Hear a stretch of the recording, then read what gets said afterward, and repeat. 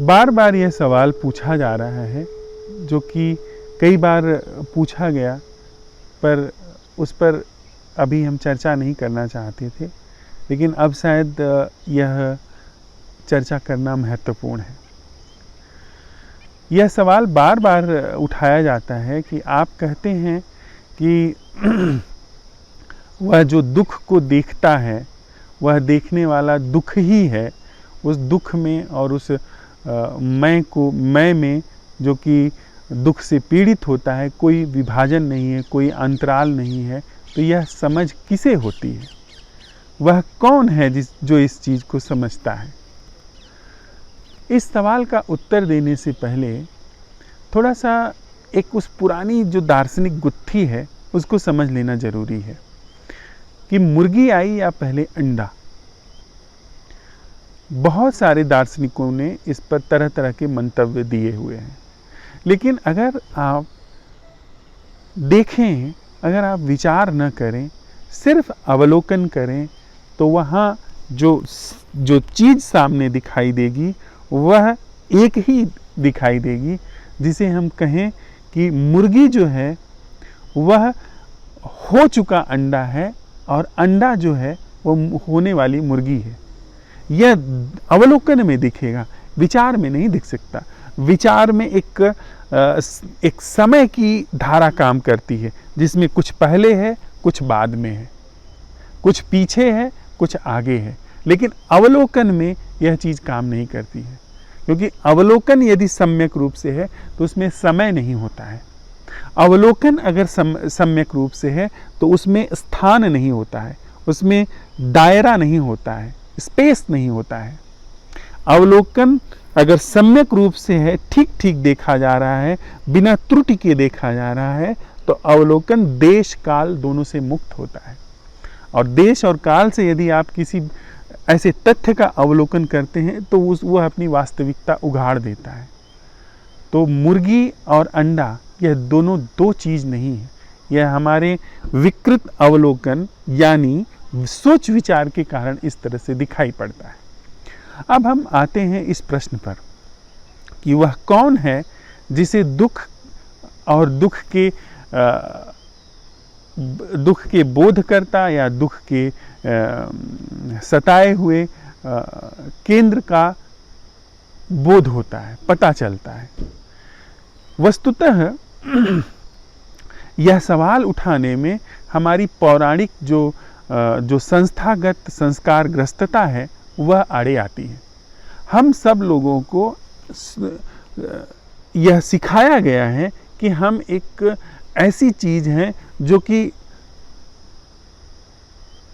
अटल हैं, जो कि अव्यय हैं, जो कि अविनाशी हैं, जो कि ख़त्म नहीं होती है। हम लोगों को ये सिखाया गया है हमारे ऊपर जीवन आता है, मृत्यु आती है, पर हम बने रहते हैं। इस धारणा को हम चाहते भी हैं कि यह पुष्ट रहे, क्योंकि हम यह देखना नहीं चाहते हैं कि हम एक झूठी संस्था हैं।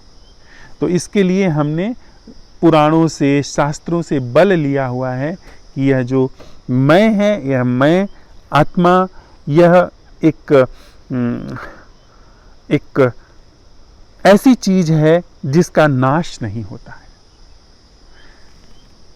कहने वाले लोगों ने, जिन्होंने आत्मा शब्द का उपयोग किया है, मुझे नहीं पता कि उन्होंने कैसे उपयोग किया है, लेकिन हम जब परीक्षण करते हैं तो हम आत्मा का अहंकार के संदर्भ में उपयोग पाते हैं।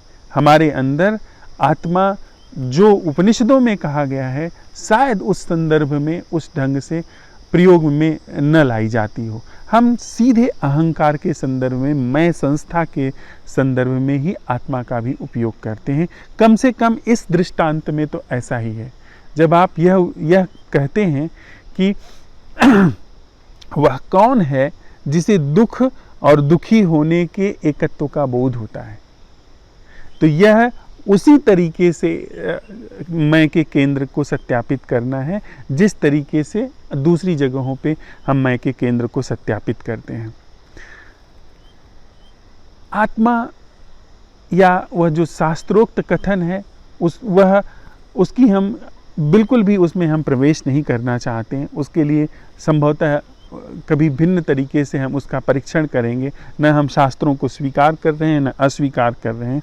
उसके लिए कोई और ढंग से, किसी और तरह से हम किसी मंच पे उसका परीक्षण करेंगे।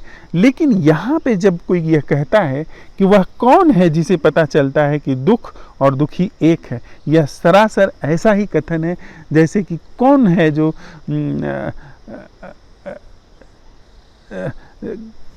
वह मुर्गी और वह अंडा कौन पहले आया है। यह जब अवलोकन हम करें अपना, तो हमारे अपने अवलोकन में दुखी और दुख वह एक ही चीज के रूप में प्रतिपादित होगा, वह एक ही चीज के रूप में नजर आएगा। यदि हम बिना सोच विचार के दुख और इस संस्था को जिसे दुखी कहा जाता है उसका हम परीक्षण करें, जैसे हमने मुर्गी और अंडे का बिना सोच विचार के परीक्षण किया, तो वहाँ पे मुर्गी और अंडा दो चीज़ नहीं नजर आई।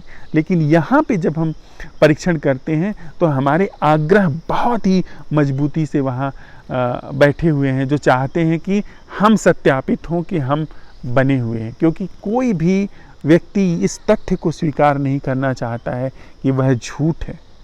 हम बात करते हैं परमात्मा की, हम बात करते हैं ईश्वर की, लेकिन अपने सापेक्ष बात करते हैं, अपने सापेक्ष ईश्वर का अस्तित्व सिद्ध करते हैं।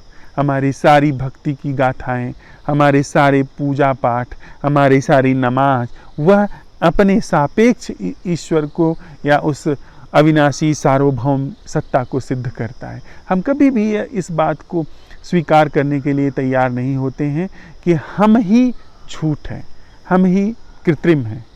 कम से कम इस दृष्टांत में तो सर्वथा यह बात ही लागू होती है कि यह वैसा ही वक्तव्य है जैसे मुर्गी आई कि अंडा।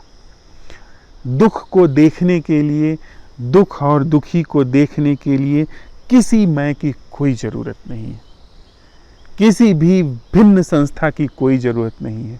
यह जब मैं और इसका दुख, मैं, इसके विचार, इसके अनुभव, इसके भाव, यह सब अटूट रूप से जब दर्शन होता है तो हम बात कर सकते हैं।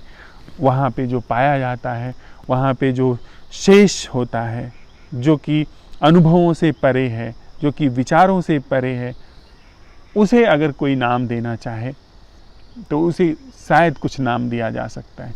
लेकिन यह कौन देखता है दुख को दुखी से अटूट, यह वहाँ पे कोई संस्था नहीं है, यह दर्शन मात्र है, बिना देखने वाले के दर्शन मात्र है।